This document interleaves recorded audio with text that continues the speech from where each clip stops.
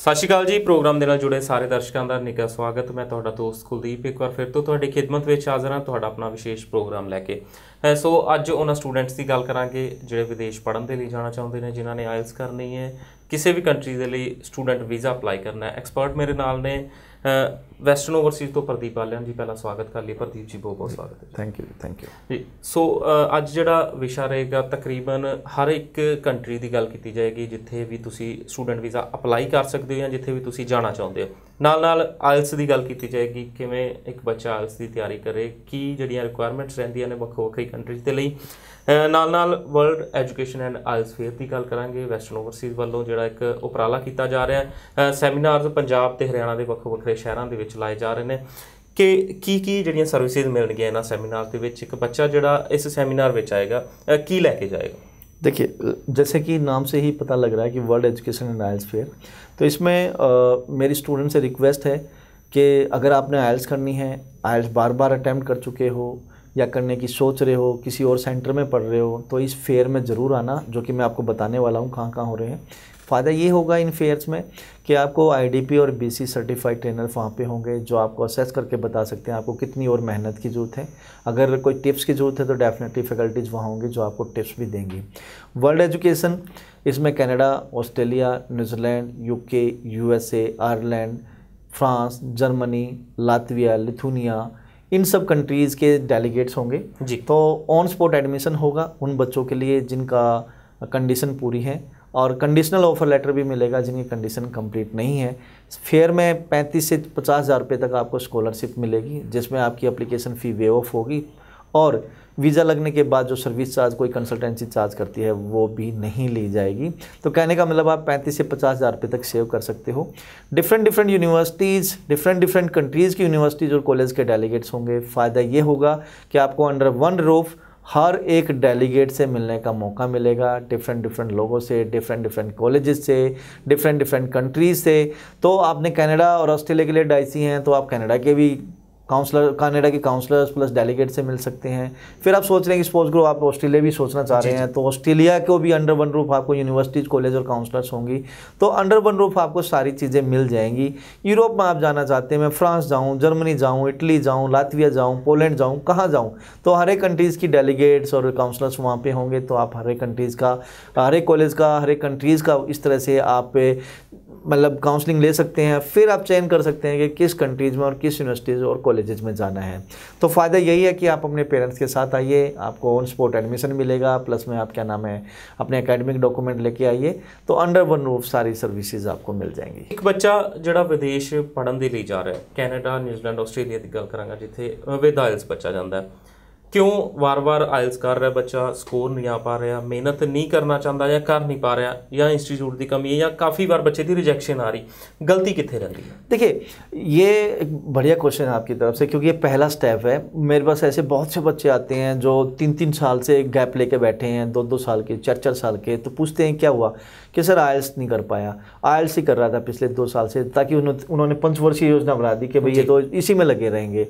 तो इसमें 2 चीज़ों का, 2 फैक्टर्स इसमें रहते हैं, स्टूडेंट्स की मेहनत, साथ साथ में जो कंसल्टेंसी या जो कोचिंग सेंटर जहाँ से उसने कोचिंग ले रहे हैं, इन दोनों का मिक्सचर होता है इसमें। कुछ स्टूडेंट्स होते हैं लेजी, वो मेहनत नहीं करना चाहते, और मेजॉरिटी ऑफ द केसेस में मैंने देखा है कि स्टूडेंट लेजी हो कोई बात नहीं, लेकिन फैकल्टी डेडिकेटेड है, उसका क्वालिटी टीचिंग मेथड है, तो डिलीवरिंग मेथड अच्छा है, तो वो एक तरह से हर एक चीज़ को पुश करती है और बच्चों को मोटिवेट करती है आइल्स करने के लिए, और स्कोर भी दिला देती है। तो यहाँ पे मैक्सिमम से मैक्सिमम मैं मानूंगा कि फैकल्टीज़ का ज़्यादा जोर होता है, फैकल्टीज़ का ज़्यादा योगदान होता है एक स्टूडेंट्स को उसका करियर बनाने में। जब बच्चे को डिलीवरिंग मेथड अच्छा नहीं मिलेगा या उसको क्वालिटी एजुकेशन नहीं मिलेगी, इंटरेक्टिव और क्रिएटिव क्लास नहीं होगी, तो डेफिनेटली बच्चे को पढ़ने का मन भी नहीं करेगा, नींद आएगी और नेक्स्ट डे आने का मन भी नहीं करेगा।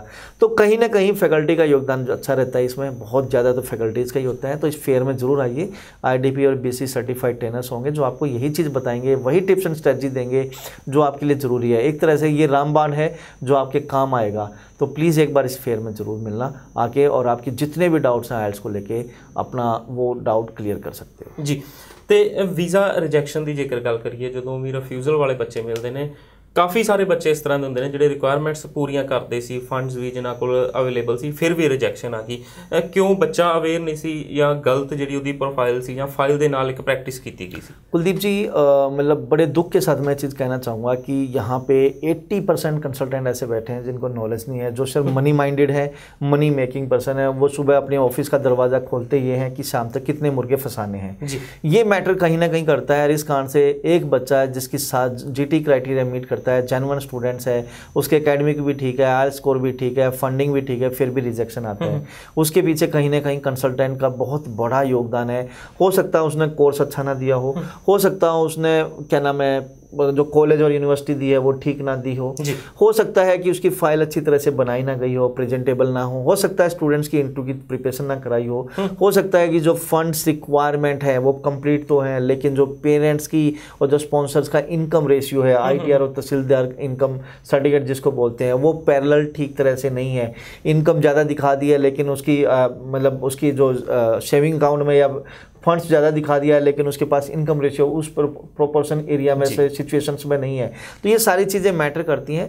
तो कहीं ना कहीं जब एक बच्चे का रिजेक्शन आता है, मैं ये नहीं कहता कि हमसे रिजेक्ट नहीं होते होंगे, लेकिन हमारा जो सक्सेस रेट है वो अप्रोक्स 99% रहता ही रहता है। तो मेरी आपसे रिक्वेस्ट है कि आज की डेट में मार्केट में बहुत ज़्यादा इस तरह से काम हो रहे हैं कि अच्छे अच्छे ऑफिस बना रखे हैं लेकिन नॉलेज वो रखते नहीं हैं। तो प्लीज़ अपना करियर ऐसे बंदों के हाथ में मत दीजिए। ऐसा करने से क्या होगा कि कहीं ना कहीं एक बार आपका रिजेक्ट हो गया था उस कंट्री में आपका दोबारा वीज़ा नहीं आएगा। विदाउट आइल्स ਜਿਹੜੇ ਬੱਚੇ ਅਪਲਾਈ ਕਰਨਾ ਚਾਹੁੰਦੇ ਨੇ ਜਾਂ ਘੱਟ ਬੈਂਡ ਆਏ ਵਾਰ-ਵਾਰ ਜਿਹੜਾ ਇੰਪਰੂਵ ਨਹੀਂ ਕਰ ਸਕੇ ਜਾਂ ਗੈਪ ਜ਼ਿਆਦਾ ਹੋ ਗਿਆ ਜਾਂ ਘੱਟ ਬਜਟ ਵਿੱਚ ਪੜ੍ਹਨਾ ਚਾਹੁੰਦੇ ਨੇ, ਕੀ ਆਪਸ਼ਨ ਰਹਿਣਗੇ ਉਹਨਾਂ ਕੋਲ ਇਸ ਸੈਮੀਨਾਰ? ये वर्ल्ड एजुकेशन जो आइल्स फेयर है, इसमें जैसे मैंने बताया कि विदाउट आइल्स भी ऑप्शंस यहाँ पे अवेलेबल हैं। इसमें आप सिंगापुर जा सकते हैं, साइप्रस जा सकते हैं। इसके अलावा आपको France, Germany, Italy, Poland, Latvia, Lithuania, इन कंट्रीज़ के डेलीगेट्स भी आपको मिलेंगे। पुर्तगाल भी होगा। तो इन कंट्रीज़ के डेलीगेट्स आपको जो मिलेंगे वो भी आपको बताएंगे कि भाई आप किस तरीके से घट से घट फीस में विदाउट आइल्स कैसे जा सकते हैं। मैं बताना चाहूँगा कि ये फेयर हम कहाँ कहाँ कर रहे हैं।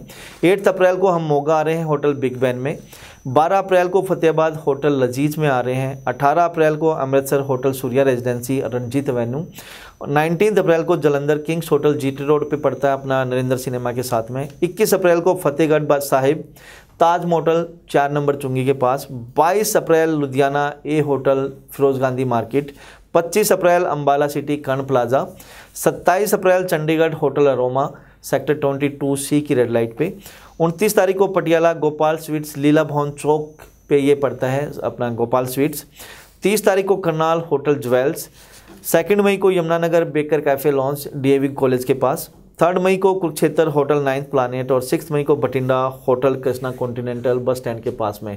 तो दोस्तों ये जो फेयर है 11 बजे से लेकर 5 बजे तक फेयर होंगे, जिसमें यूनिवर्सिटीज़ और कॉलेज के डेलीगेट्स होंगे डिफरेंट कंट्रीज़, चाहे Canada, Australia, New Zealand, UK, USA, Ireland, Cyprus, Singapore, Germany, Italy, France. तो हर एक कंट्रीज़ के डेलीगेट्स वहाँ पे होंगे। तो आपको ऑन स्पॉट एडमिशन दिया जाएगा और तकरीबन 35 से 50 हज़ार रुपये की स्कॉलरशिप आपको ऑन स्पॉट मिलेगी। अगर आइल्स आप नहीं कर पा रहे हैं, आइल्स बार बार कर चुके हैं, बार बार अटैम्प्ट करने के बाद भी आपको आइल्स का स्कोर नहीं आ रहा, तो IDP और BSc सर्टिफाइड ट्रेनर्स होंगे जो आपको आइल्स की टिप्स एंड स्ट्रेटजीज बताएंगे। तो दोस्तों कहीं ना कहीं आपकी आधे घंटे की मीटिंग हमारे साथ आपकी लाइफ का टर्निंग पॉइंट्स हो सकता है। तो इन चीज़ों का ज़रूर, इन फेयर्स का ज़रूर फ़ायदा उठाइए और अपने दोस्तों को भी बताइए, प्लस में अपने पेरेंट्स को साथ लेकर आइए। ਆਸਟ੍ਰੇਲੀਆ, ਕੈਨੇਡਾ, ਨਿਊਜ਼ੀਲੈਂਡ ਤਿੰਨਾਂ ਜਾਂ ਬਾਕੀ ਜਿਹੜੇ ਕਿਤੇ ਵੀ ਸਟੂਡੈਂਟ ਵੀਜ਼ਾ ਅਪਲਾਈ ਕਰਨਾ ਸਭ ਲਈ ਕੰਬਾਈਨ ਇੱਕ ਸਵਾਲ ਜਿਹੜਾ ਪੇਰੈਂਟਸ ਨਾਲ ਆਉਣਗੇ ਬੱਚਿਆਂ ਦੇ, ਕੀ ਸਵਾਲ ਹੋਣੇ ਚਾਹੀਦੇ ਨੇ ਉਹਨਾਂ ਦੇ, किस तरह की जानकारी वो एक चंगे कंसल्टेंट को लेके जाए? देखिए पेरेंट्स की सबसे बड़ी जो चिंता का विषय होता है कि मेरा बेटा किस कोर्स में जा सकता है, किस कंट्री में भेजूँ और कैसे मेरा बच्चा सेटल होगा, कितने फंड्स की रिक्वायरमेंट है और कल ने इसकी मतलब सेटल हो भी पाएगा नहीं हो पाएगा, इस कोर्स को कंप्लीट कर पाएगा नहीं कर पाएगा, और ITR पेरेंट्स की जो स्पॉन्सर की ITR कौन कौन स्पॉन्सर कर सकते हैं। तो ये सारे क्वेश्चंस पेरेंट्स के होते हैं क्योंकि पेरेंट्स ने पैसे लगाने हैं, पेरेंट्स ने बच्चे को का भविष्य भी सुरक्षित देखना है। तो आपके क्वेश्चन सर यही होने चाहिए कि भाई मैं किस यूनिवर्सिटीज़ और किस कॉलेज और में भेजूँ और किस कोर्स में भेजूँ, फंड्स कितने दिखाने हैं, मेरा कितना खर्चा आएगा और मुझे कितने फंड्स दिखाने हैं और किस तरह से फाइल प्रिपेयर करनी है। और सबसे बड़ी बात, आप इस फेयर में आएंगे तो कहीं ना कहीं आप ये भी सेलेक्ट कर पाएंगे कि रियली वेस्टर्न ओवरसीज चंगा कंसल्टेंट है या नहीं है, या किसी और फेयर में जा रहे हैं तो आपको एक डिफरेंस आप कर सकते हैं, आपको पता लगेगा कि रियली हम क्वालिफाइड हैं या नहीं है। और यही चीज़ें मैटर करती हैं कि एक बंदा जिसको एक्सपीरियंस है, एक बंदा जिसको एक्सपीरियंस नहीं है। तो अगर एक जिसको एक्सपीरियंस नहीं है वो वीज़ा लगाता है तो बच्चे का भविष्य डूबता है, लेकिन एक एक्सपीरियंस होल्डर वीज़ा लगाता है तो डेफिनेटली बच्चे का भविष्य बनता है। और मेरे ख्याल से आप भविष्य बनाने के लिए ही इस फेयर में आ रहे हैं जी। सो बच्चे या पेरेंट्स एक ਤਾਂ ਡੈਲੀਗੇਟਸ ਨੂੰ ਮਿਲ ਸਕਣਗੇ, ਵੱਖੋ ਵੱਖਰੀ ਕੰਟਰੀ ਦੇ ਵੱਖੋ ਵੱਖਰੇ ਕਾਲਜ ਦੇ ਜਿਹੜੇ ਨੁਮਾਇੰਦੇ ਨੇ ਉਹਨਾਂ ਨਾਲ ਗੱਲ ਕਰ ਸਕਣਗੇ। ਹੋਰ ਕੀ ਫਾਇਦਾ ਰਹੇਗਾ ਉਹਨਾਂ ਨੂੰ ਇਸ ਫੇਅਰ ਵਿੱਚ? जैसे मैंने बताया कि ऑन स्पॉट एडमिशन है, 35 से 50 हज़ार रुपये की स्कॉलरशिप है और आपको 1-to-1 काउंसलिंग मिलेगी। हर एक कंट्रीज़ और यूनिवर्सिटीज़ के डेलीगेट से मिलोगे, हर एक कंट्रीज़ और का आपको वीज़ा रूल्स के बारे में पता लगेगा, वेदर के बारे में पता लगेगा। और सबसे बड़ी बात, आपको मेरे से भी मिलने का वहाँ पे मौका मिलेगा क्योंकि मैं भी वहाँ पे अपनी पूरी टीम के साथ और डेलीगेट्स के साथ हूँगा। तो ये मेरे ख्याल से शुरू से लेके, और आइल्स करनी है तो आइल्स से रिलेटेड भी BC और IDP के सर्टिफाइड ट्रेनर होंगे। तो शुरुआत से लेकर एंड तक सारी रिस्पॉन्सिबिलिटीज़ वेस्टर्न ओवरसीज की बन जाती है। तो इससे ज़्यादा फायदा और मैं क्या दे सकता हूँ? ਬੱਚੇ ਜਿਹੜੇ ਇਸ ਫੇਅਰ ਵਿੱਚ ਆਉਣਾ ਚਾਹੁੰਦੇ ਨੇ, ਕੋਈ ਰਜਿਸਟ੍ਰੇਸ਼ਨ ਕਰਾਉਣੀ ਪਏਗੀ ਉਹਨਾਂ ਨੂੰ, ਕੋਈ ਨੰਬਰ ਕਿਸੇ ਤਰ੍ਹਾਂ कोई कॉन्टैक्ट कर सकता है? जी डेफिनेटली, देखिए आपको रजिस्ट्रेशन जरूर कराना पड़ेगा, ये टोटली फ्री ऑफ कॉस्ट है। तो मेरी आपसे रिक्वेस्ट है कि वेस्टर्न ओवरसीज 172 के नाम से मेरा फेसबुक पेज है, उस पर आकर रजिस्टर्ड हो सकते हो, या फिर 9115017017 पे कॉल करके भी आप अपनी सीट बुक कर सकते हैं। इसके अलावा आप जिस दिन सेमिनार फेयर हो रहा है ऑन स्पॉट वहाँ आके भी अपने आप को रजिस्टर करा सकते हैं। बट कीप इन माइंड ये 11 बजे से 5 बजे तक फेयर है, तो समय से पहले आप आके अपनी सीट बुक कर लीजिए प्लीज। जी। सो 9115017017 इस नंबर उत्ते कॉल कर सकते हो, रजिस्ट्रेशन कराई जा सकती, जानकारी ली जा सकती, कोई भी सवाल तुहाडे मन विच साझा किया जा सकता है। वेस्टर्न ओवरसीज 172 फेसबुक पेज ਨੂੰ ਲਾਈਕ ਕਰਕੇ ਇਨਬਾਕਸ ਦੇ ਵਿੱਚ ਵੀ ਤੁਸੀਂ ਆਪਣਾ ਜਿਹੜਾ ਸਵਾਲ ਸਾਂਝਾ ਕਰ ਸਕਦੇ ਹੋ। ਪ੍ਰਦੀਪ ਜੀ ਬਹੁਤ ਬਹੁਤ ਸ਼ੁਕਰੀਆ ਸ਼ੋਅ ਦੇ ਵਿੱਚ।